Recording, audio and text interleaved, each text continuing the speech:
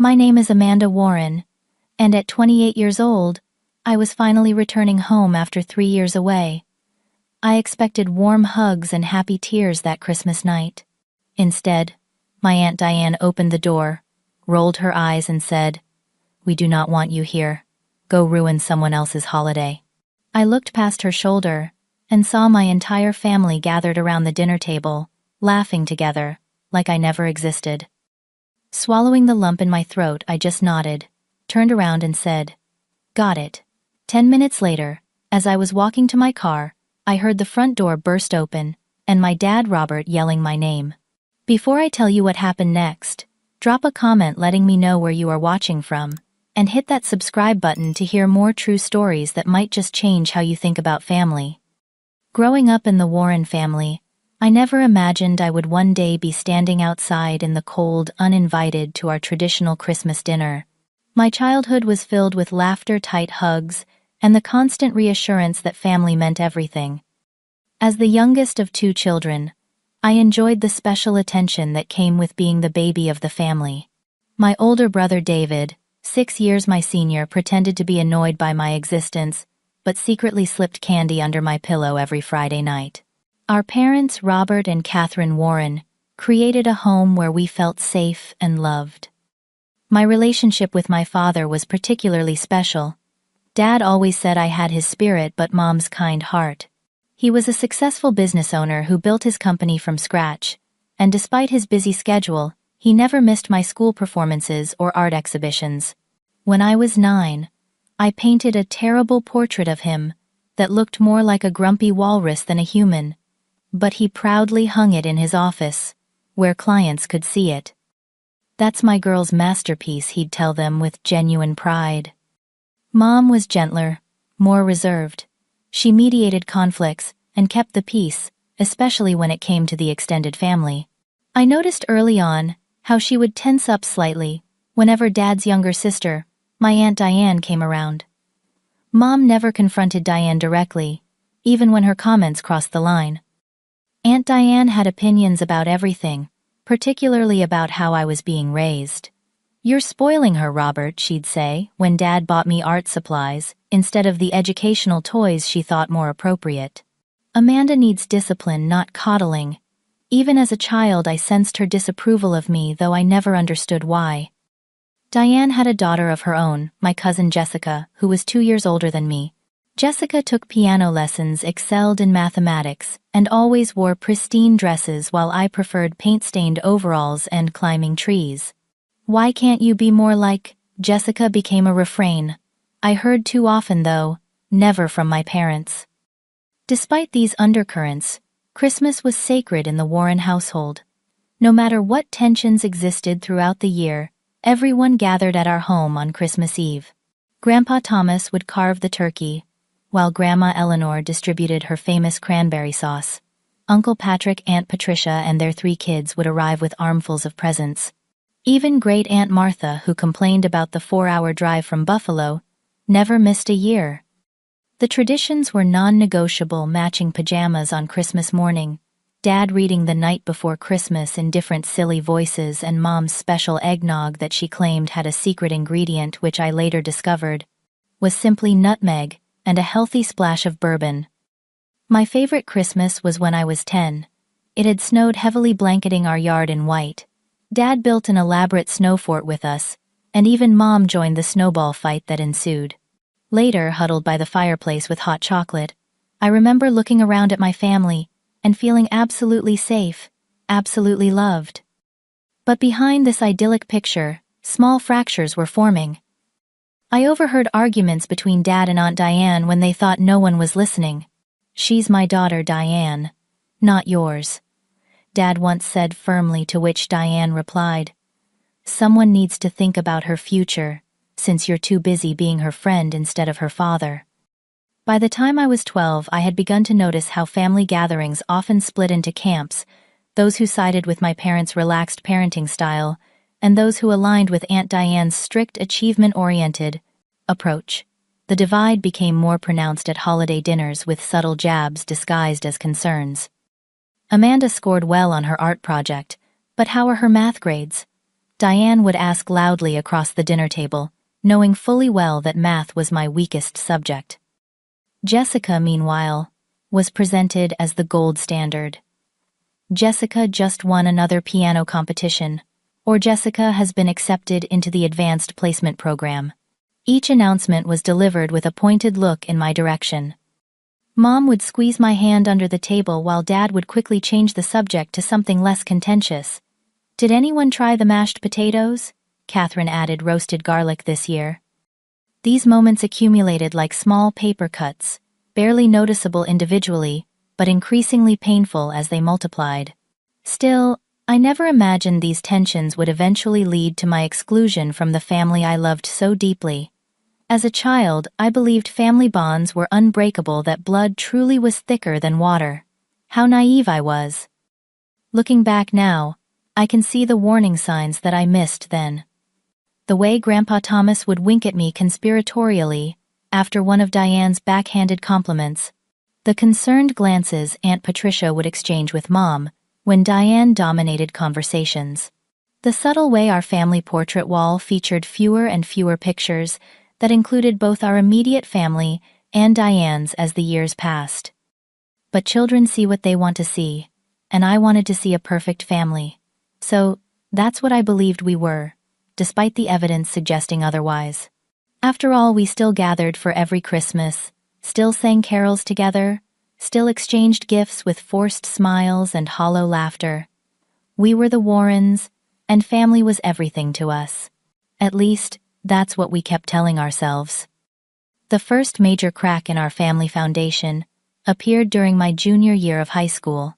I had always shown talent in art, spending hours sketching and painting, instead of studying for math tests or participating in the competitive sports Aunt Diane thought essential for college applications. When it came time to consider colleges, I set my heart on Parsons School of Design in New York City. My portfolio was strong, featuring detailed illustrations and experimental digital designs that my art teacher, Mrs. Hanson, called remarkably sophisticated for someone so young. Dad initially supported my dream, helping me photograph my artwork and staying up late to proofread my application essays. Mom worried about me being so far from home but never discouraged me. "Just promise you'll call often," she said, already anticipating the separation. The family dinner where I announced my college plans became the catalyst for what would eventually drive me away from home. Aunt Diane nearly choked on her roast beef. "Art school," she scoffed, placing her fork down with deliberate slowness. "Robert, surely you're not encouraging this foolishness. The girl needs a practical degree. Business accounting, something that will actually pay the bills." Dad's defense was immediate, but not as strong as I'd hoped. "Amanda has real talent, Diane. Not everyone needs to follow the same path." "Talent doesn't pay mortgages," Diane retorted. "Jessica is applying to Princeton for economics. That's a real future." The conversation escalated with Uncle Patrick surprisingly coming to my defense. "Let the kid follow her passion, for Christ's sake. Not everyone needs to be a corporate drone." "Easy for you to say," Diane snapped. "Your children have realistic goals. Amanda is throwing away her potential on some artistic fantasy." I sat silently watching my future become a battlefield. What hurt most wasn't Diane's dismissal of my dreams, but seeing Dad's resolve weaken as the argument continued. By dessert, he was suggesting I might consider a double major, perhaps business and art. Mom said nothing, just squeezed my hand under the table like she had done since I was small. That night marked a shift in our family dynamics. Dad began forwarding me emails about practical careers in creative fields and leaving brochures for state universities with strong business programs on my desk. Mom continued her silent support, but I missed the dad who had proudly displayed my walrus portrait. Despite the pressure, I applied only to art schools and was accepted to Parsons with a partial scholarship. The resulting tension lasted through my senior year graduation party, where Aunt Diane cornered me by the punch bowl. "I hope you know what you're doing," she said, her smile tight. "Your father worked hard to give you opportunities, and this is how you repay him, with some arty rebellion." I finally snapped. My art isn't a rebellion. It's who I am. And Dad supports me. Does he? She raised an eyebrow. Ask him how he feels about paying Manhattan rent for a degree that might land you a job designing coffee shop flyers. That exchange planted seeds of doubt that grew throughout my freshman year of college. During holiday breaks, I'd catch Dad looking at me with what seemed like disappointment, though he never said it outright. In my sophomore year, I met Michael Bennett in a general education economics class I was taking to fulfill a requirement. Tall with kind eyes and a sharp mind, Michael was studying finance, but had an unexpected appreciation for art. Our coffee study sessions turned into dinner dates, and by junior year we were inseparable. Michael was everything Aunt Diane would approve of: practical, ambitious, from a good family.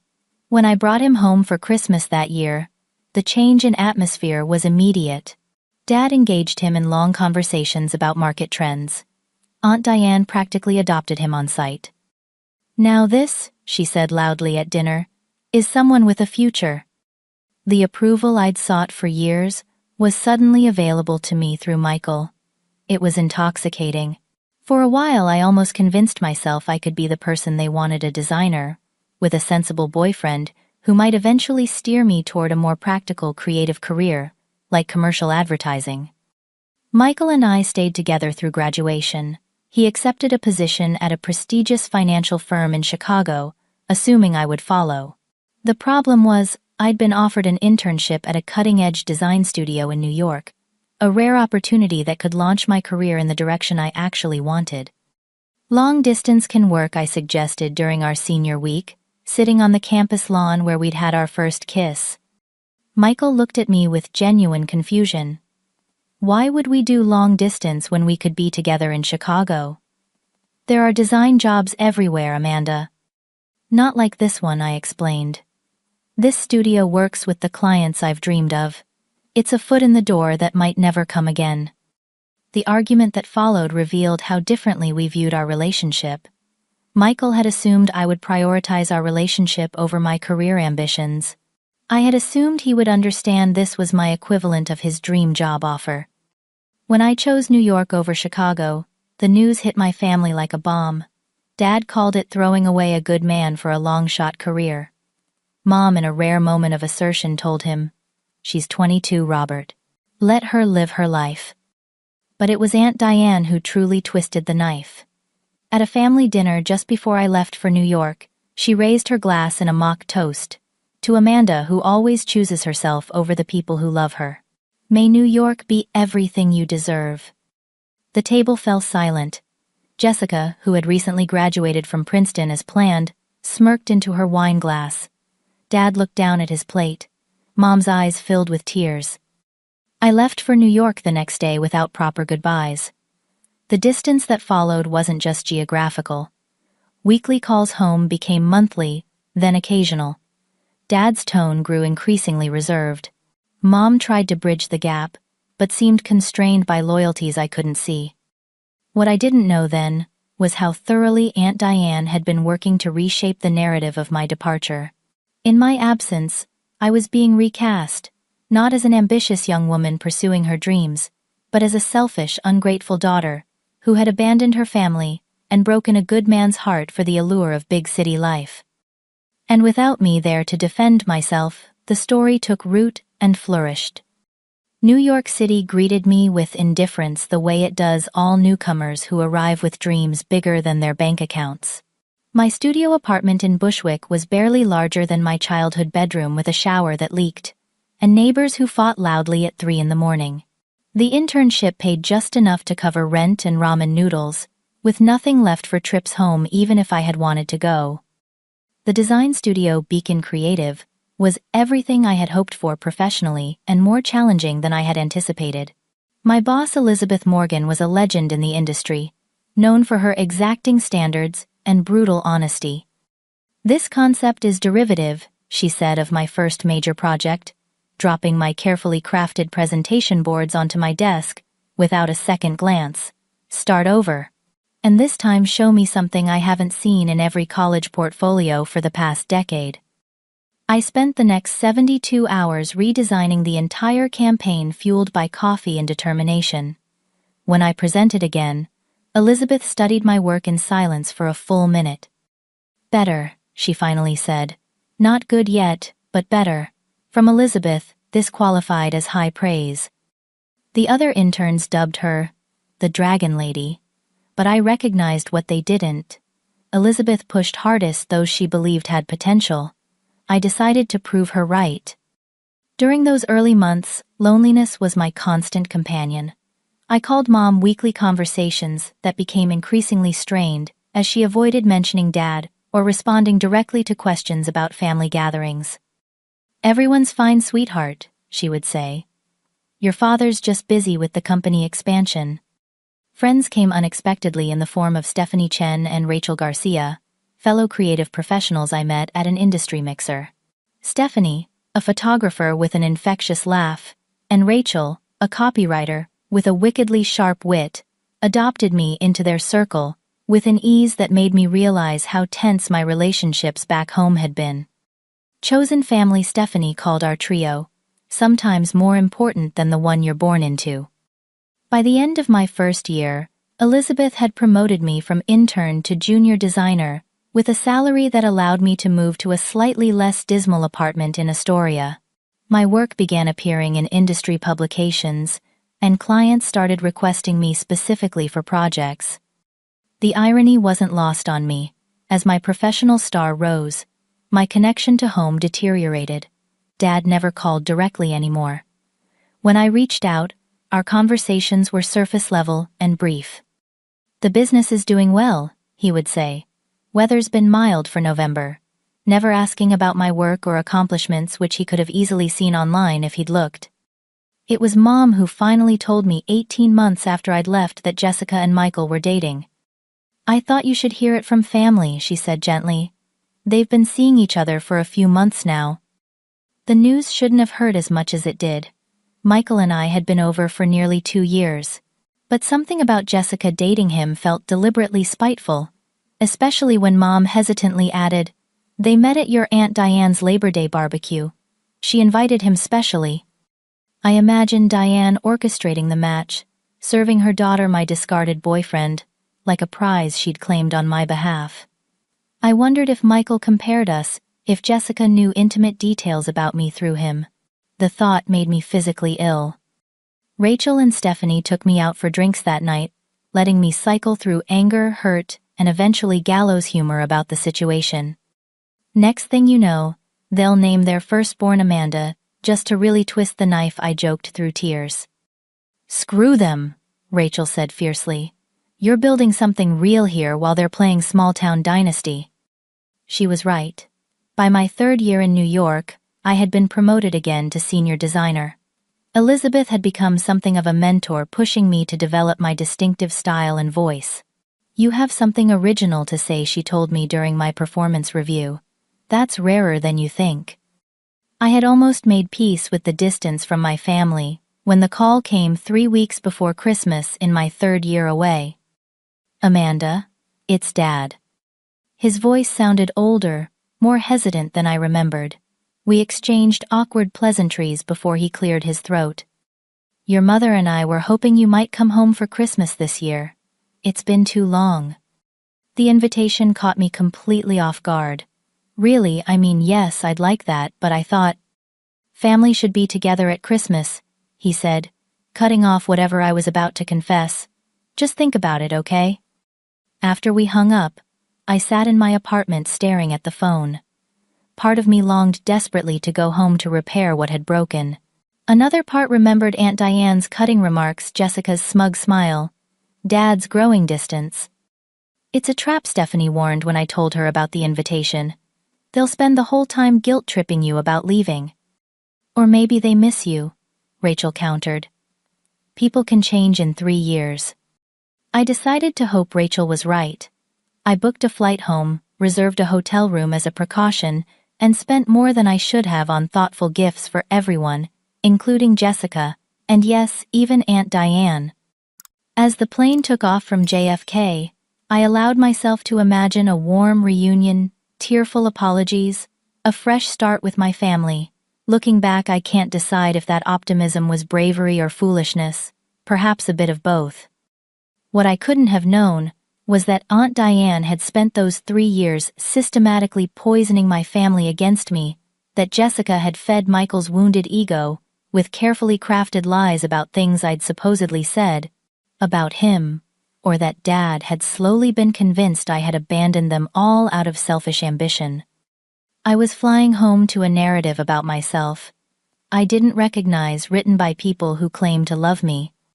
The first snowflakes of the evening were starting to fall as my rental car pulled into the familiar streets of my hometown.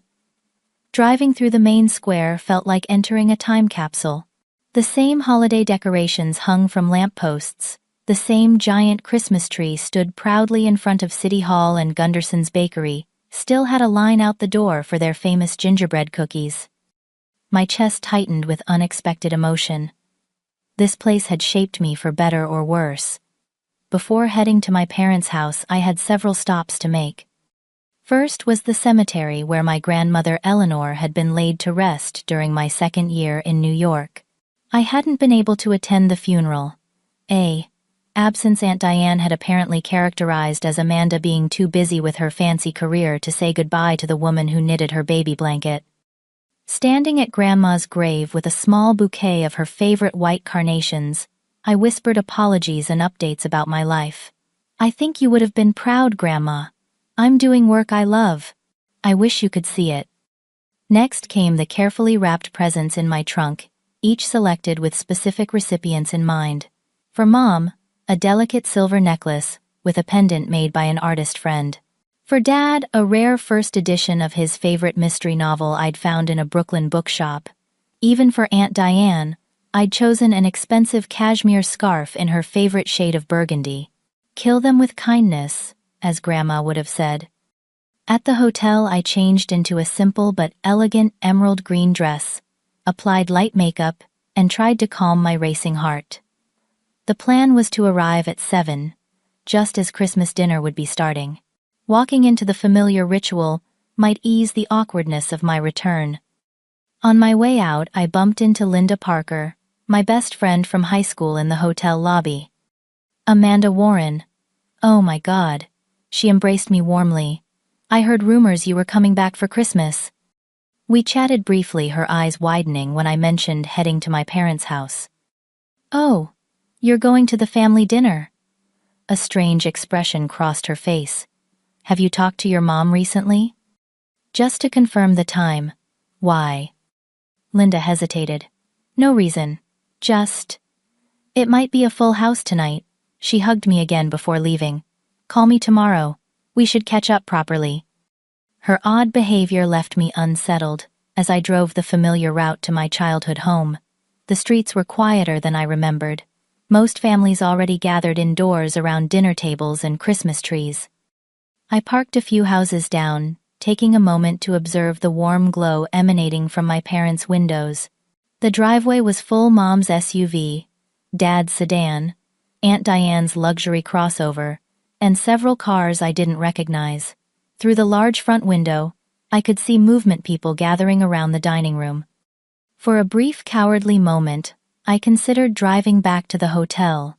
What if they didn't want me there after all?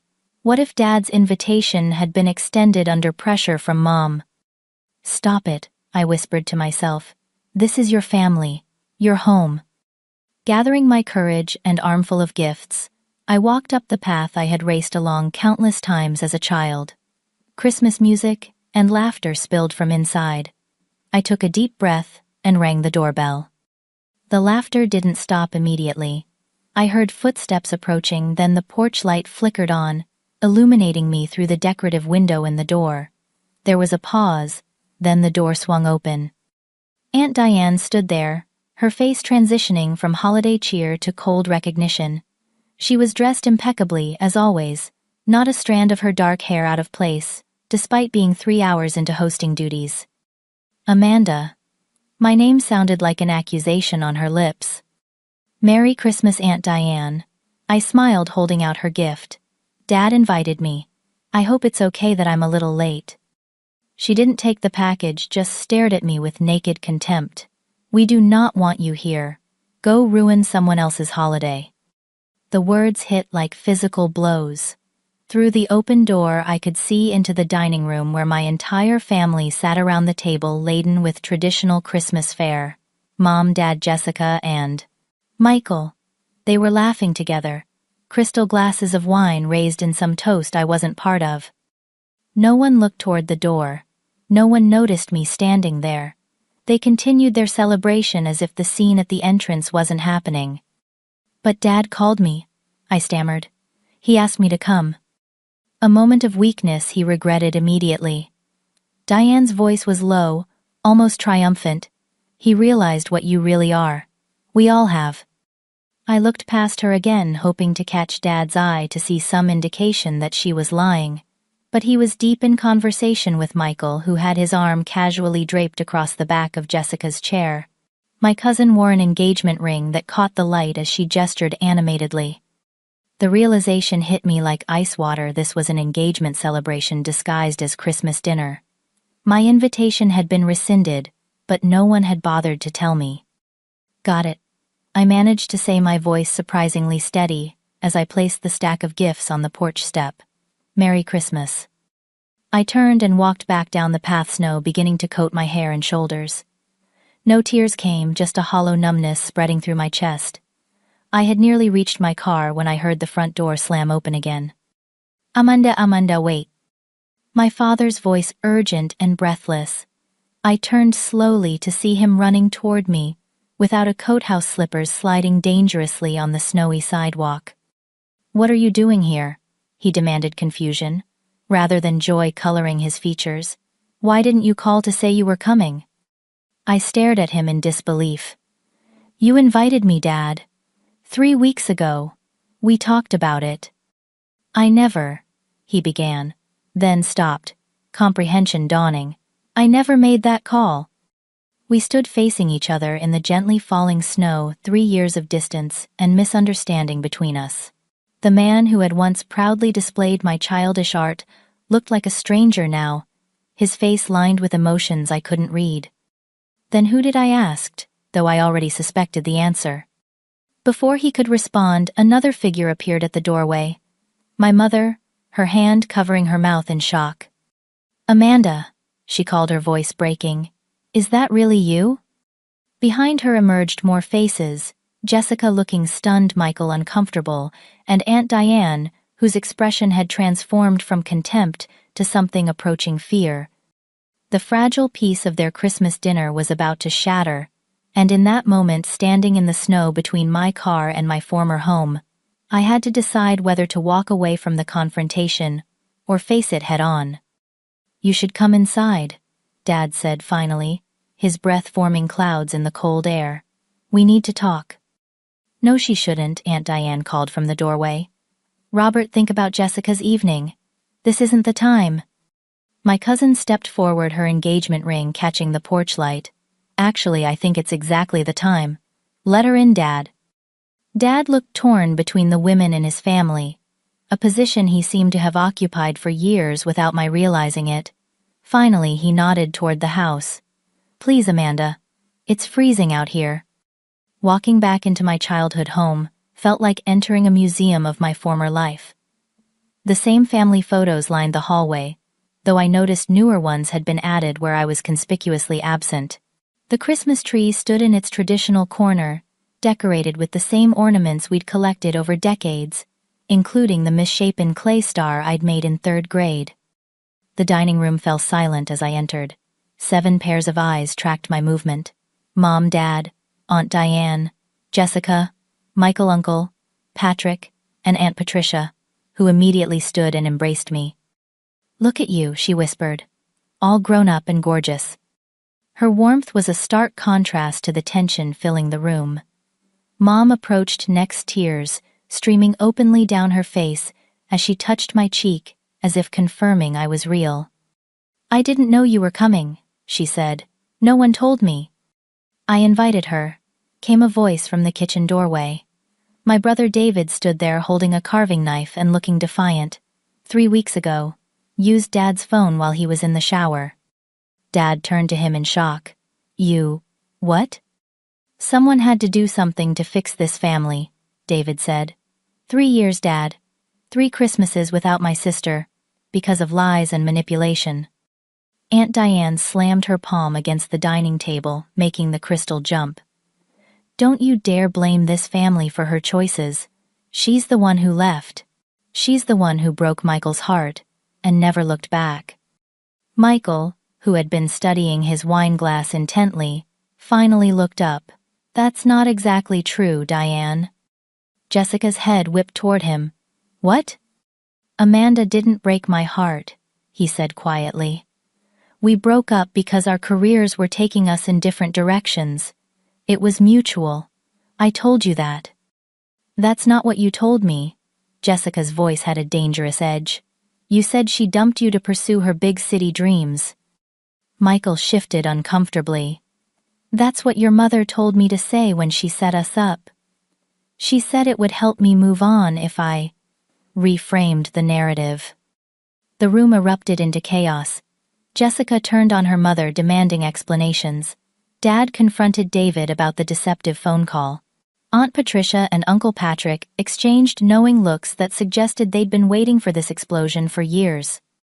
Through it all, Mom moved to stand beside me, her hand finding mine just like she used to do, under the dinner table, when Aunt Diane said something cutting. Enough. Dad's voice silenced the room. He turned to me, his expression a mixture of confusion and dawning horror. Amanda, I need to understand. Why did you stop calling? Why did you miss your grandmother's funeral? Before I could answer, Aunt Diane interrupted. Oh, for God's sake, Robert, she was building her precious career. We weren't important enough anymore. Is that true? Dad asked me directly. I took a deep breath. I called every week for the first year, Dad. You stopped picking up. As for Grandma's funeral, I only found out after it happened. The message Mom left said it was a small family-only service scheduled for when I had my final portfolio review. I couldn't change the date without failing my program. Mom gasped. I never said that. I left you 3 messages begging you to come home, saying we'd delay the service if needed. All eyes turned to Aunt Diane, who had suddenly become very interested in rearranging the silverware beside her plate. Diane, Dad's voice was dangerously quiet. Did you interfere with messages between my daughter and our family? I was protecting you, she said defensively. You were a wreck after she left. Every time she called with stories about her exciting New York life, you'd be depressed for days. And Catherine was even worse, moping around, checking her phone constantly. So you took it upon yourself to filter my calls. Mom's voice shook with rage. I'd never heard from her before. To lie about my mother's funeral to my own daughter. Aunt Diane straightened her spine, doubling down. Someone had to be the strong one. This family was falling apart because Amanda decided her ambitions were more important than her responsibilities. What responsibilities? I finally found my voice. I was 22 years old. My only responsibility was to build a life I could be proud of. A life away from the people who raised you, Diane shot back. A life you never supported.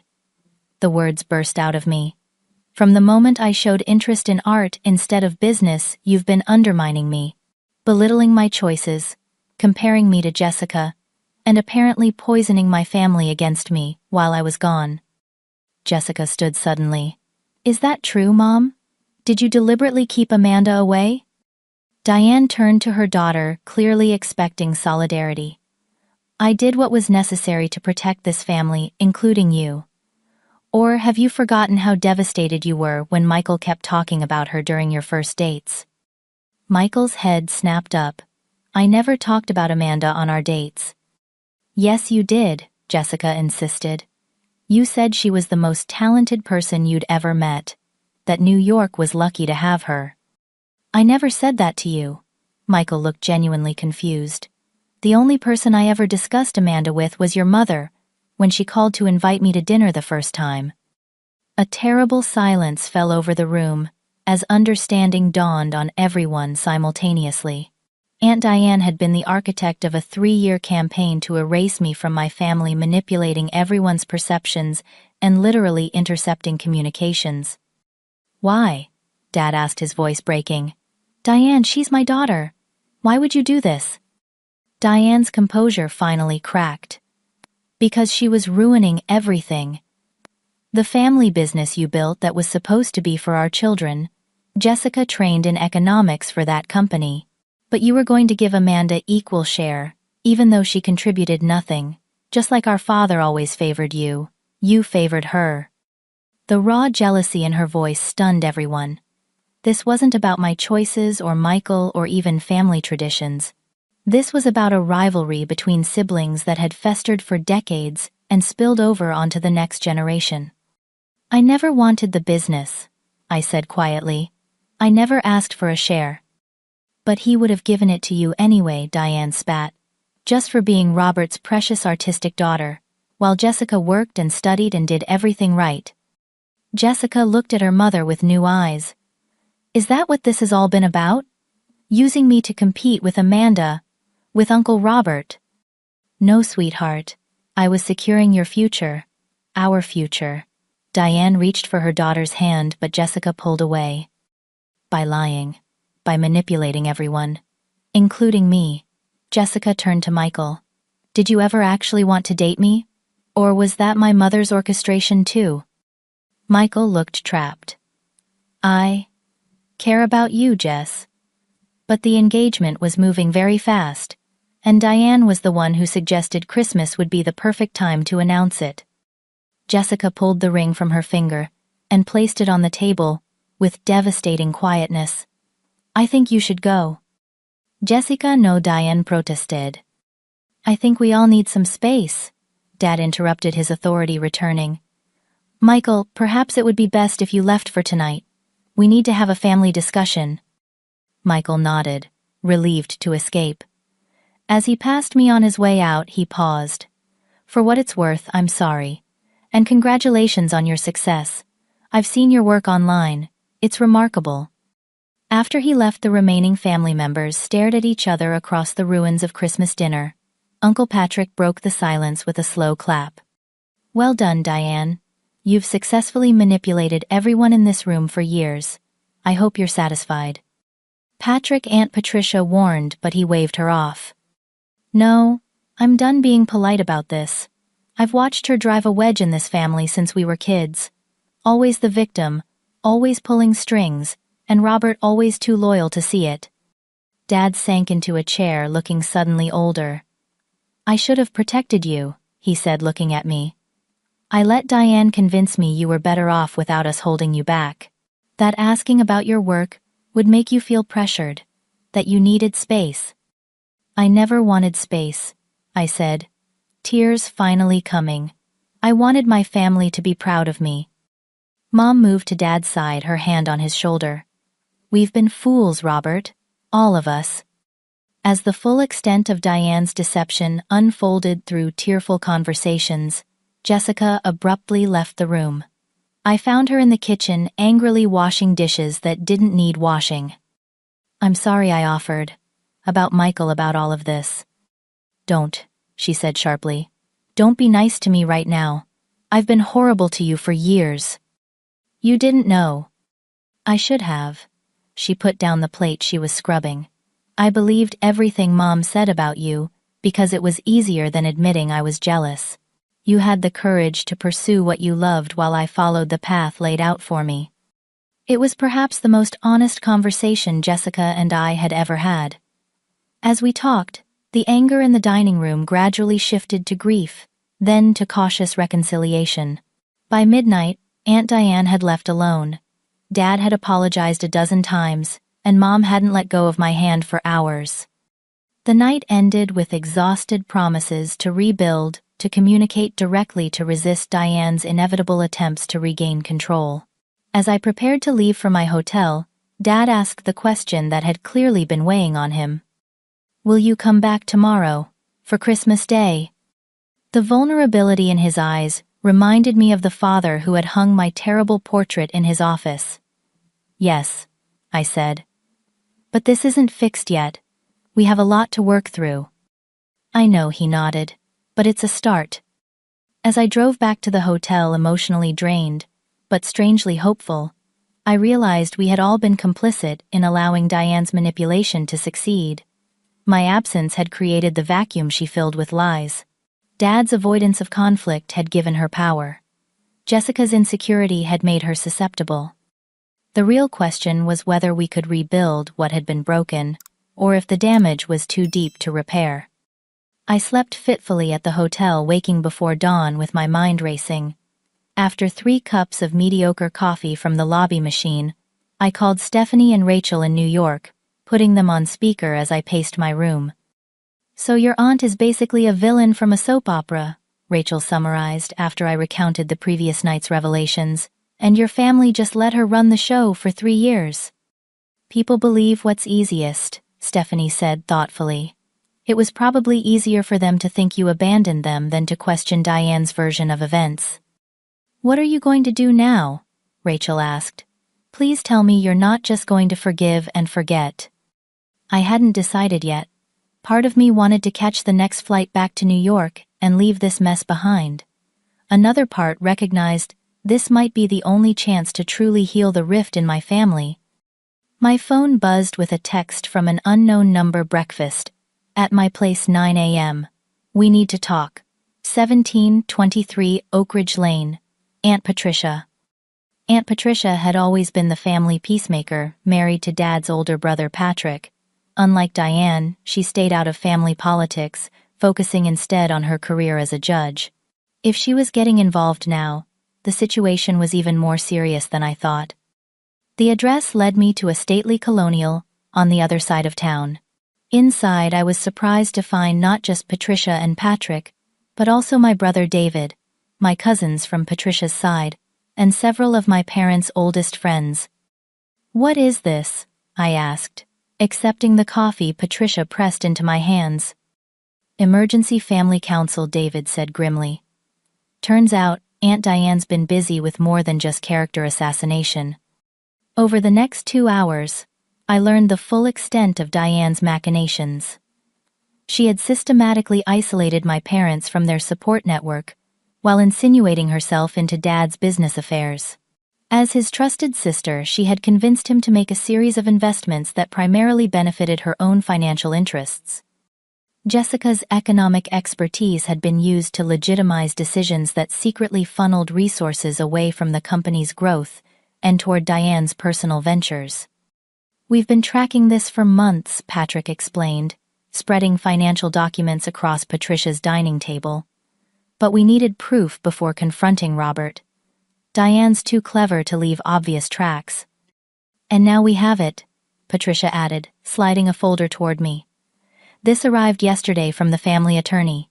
Your grandmother's will has a codicil none of us knew about. She left specific instructions about the family trust that Diane has been violating." I flipped through legal documents I barely understood. "Why show me this? I'm not a lawyer or an accountant." "Because you're the only one Diane can't manipulate anymore," David said. "You've been outside her influence for years, and you have skills we need." My confusion must have shown because Patricia smiled. "We need someone who can present complex information visually, someone who can help Robert see the pattern without getting lost in the details." They wanted me to create an infographic presentation of Diane's financial maneuvers, something clear enough that Dad couldn't deny or rationalize away. It was, ironically, exactly the kind of project I excelled at professionally. I spent the morning at Patricia's dining table with my laptop transforming dense financial records into a compelling visual narrative. Flowcharts showed how money moved from Dad's company through shell corporations back to Diane. Timeline graphics illustrated how her helpful suggestions aligned with suspicious transactions. By noon, I had created a presentation that would make Elizabeth proud. "This is remarkable," Patrick said, reviewing my work. "You've made 3 years of financial manipulation understandable in 15 slides." The plan was to present this at dinner that evening, when the extended family would gather at my parents' house. Diane would be there, having been invited by Mom in a carefully worded text, designed not to arouse suspicion. She thinks she's coming to help damage control after last night, David explained. She has no idea what's waiting for her. As we prepared to leave, Patricia pulled me aside. This isn't just about the money, Amanda. This is about freeing your father from a lifelong pattern of manipulation. He's always protected. Diane always made excuses for her behavior. It's time for that to stop. I nodded, understanding the real stakes. This wasn't vengeance, it was intervention. The Christmas Day gathering was awkward from the start. Jessica arrived first, subdued, but determined to be part of the confrontation. Mom busied herself in the kitchen while Dad made nervous small talk. When Diane finally arrived, her expression was conciliatory, clearly prepared to play the role of the misunderstood but forgiving sister. I've been thinking about last night, she began, accepting the glass of wine Dad offered. Emotions were running high. Things were said in the heat of the moment. What matters is that we're family, and family forgives. The calculated humility in her tone turned my stomach. Before Dad could respond with his usual pacifying agreement, Patrick stepped forward. Actually, Diane, we have something to discuss before forgiveness comes into the picture. Her eyes narrowed slightly at his tone. What's this about? Dad looked confused as Patrick connected a laptop to the living room television. Patrick, it's Christmas. Whatever business matter this is can wait. No, Robert, it can't, Patricia said firmly. Please just watch. I took control of the presentation, clicking through the slides I'd created. With each new revelation, Diane's face grew paler, while Dad's expression transformed from confusion to disbelief to dawning anger. The West Side Development Project, I explained, highlighting a particularly egregious example. Dad, you invested $300,000, based on Diane's recommendation. The project was secretly controlled by her husband's firm, which extracted consulting fees of nearly $90,000 before the project mysteriously failed. That's a grotesque misrepresentation, Diane protested. The market crashed. Everyone lost money. Except you, Patrick countered. Your private LLC collected fees throughout the project's development and liquidation. As the evidence mounted, Diane's denials became increasingly desperate. When we reached the slide about Grandma Eleanor's will and the family trust, she actually tried to leave, only to find David blocking the doorway. You used me, Jessica said, her voice shaking. You used my economics degree to legitimize your embezzlement, made me complicit in stealing from my own family. I was securing your future, Diane insisted. Everything I did was for you, for this family. Stop lying. Dad's voice was quiet but firm. It's over, Diane.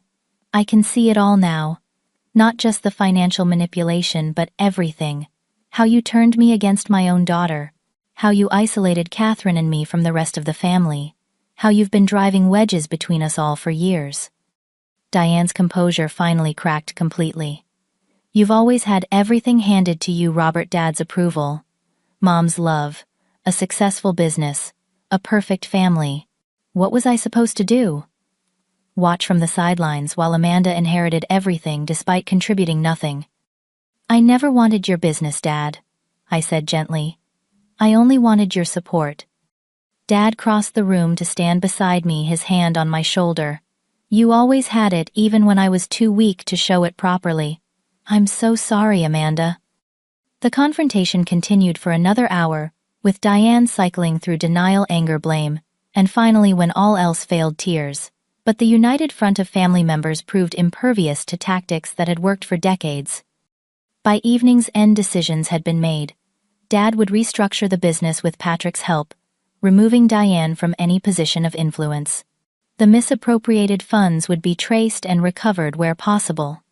Most importantly, direct communication would replace the filtered, manipulated version Diane had managed for years. As she finally left, defeated, but still defiant, Jessica stopped her at the door. I need time, Mom. A lot of time. What you did. I don't know if I can forgive it.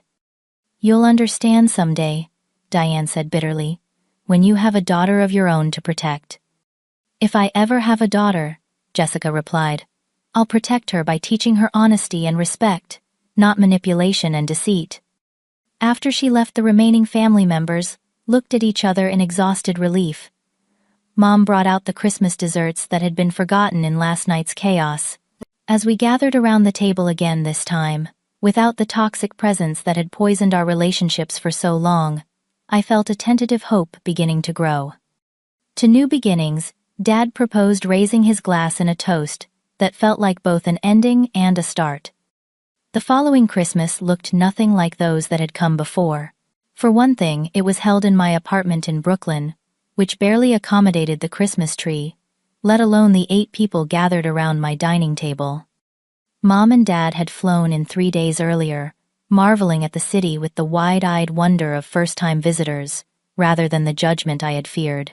Dad had insisted on seeing my office at Beacon Creative, where Elizabeth had surprised me by offering warm praise of my work to my beaming father.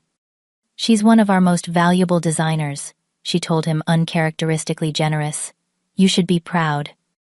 "I am," Dad said simply, the words healing something in me I hadn't realized was still broken.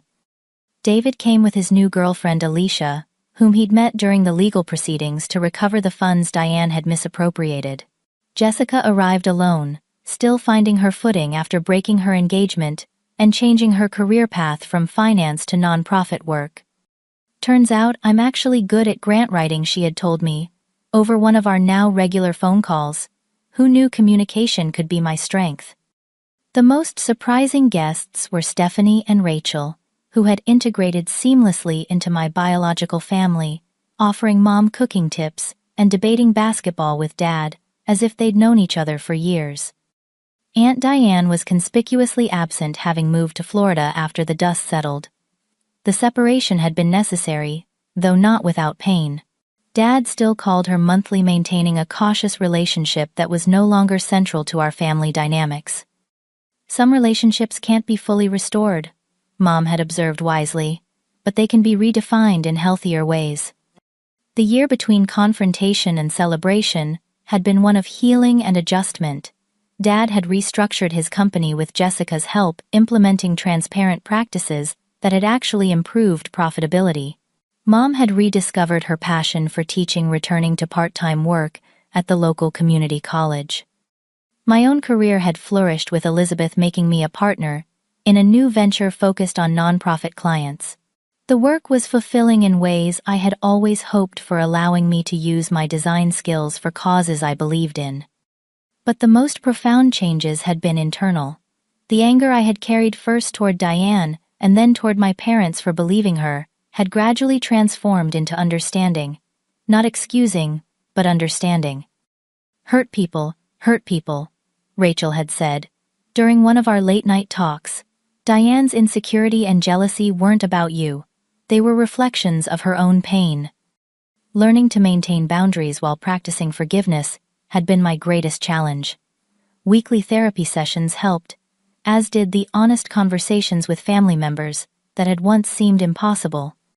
As we sat around my small table that Christmas, I realized we had created something new from the ruins of what Diane had destroyed. Not a perfect family, but an authentic one.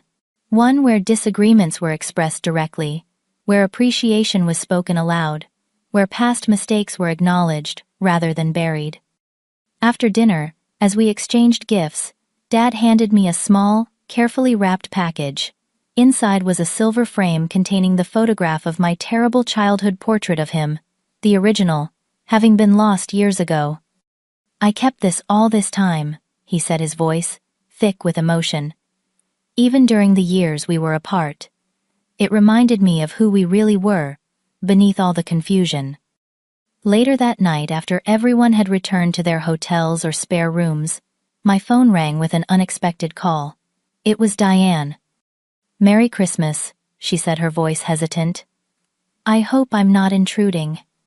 "It's okay," I replied, stepping onto my small balcony for privacy. "Merry Christmas to you too." "I've been seeing someone," she said after an awkward pause. "A therapist. It's been illuminating." We talked for 20 minutes, the conversation careful but not hostile.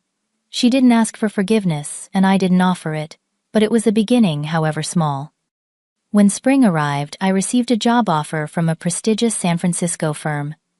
5 years earlier, I would have jumped at the opportunity, seeing it as validation of my talent. Now, I weighed it carefully against the relationships I had rebuilt and the community I had created. I chose to stay in New York, close enough to visit family regularly, but maintaining the independence I valued. It wasn't a sacrifice, but a conscious choice, recognizing that success meant different things at different stages of life. The following Thanksgiving, Jessica brought her new boyfriend to dinner. Dad expanded his business into a new market. Mom started painting again, a hobby she had abandoned decades ago. Life moved forward as it always does. What I learned through those difficult years was that family bonds are neither as fragile nor as unbreakable as I once believed. They require maintenance, honest communication, and sometimes painful restructuring. The blood ties that connect us are just the beginning. The relationships we build on that foundation are what truly matter. I also learned that sometimes you have to leave home to find yourself, but that doesn't mean you can't bring that self back to the place you began. The distance gave me perspective, helping me see patterns that were invisible from within. Most importantly, I learned that standing up for yourself doesn't mean standing alone. By finding my voice and speaking my truth, I made it possible for others to do the same. The confrontation with Diane ultimately freed not just me but my entire family from patterns of manipulation that had limited us all. As I look back on that snowy Christmas night, when my aunt opened the door and told me I wasn't welcome, I can now see it as the catalyst that ultimately saved our family. Sometimes the most painful rejections lead us to the most necessary truths. If you've ever been excluded by family made to feel unwelcome in the place that should be your safest haven, know that your worth isn't determined by their acceptance.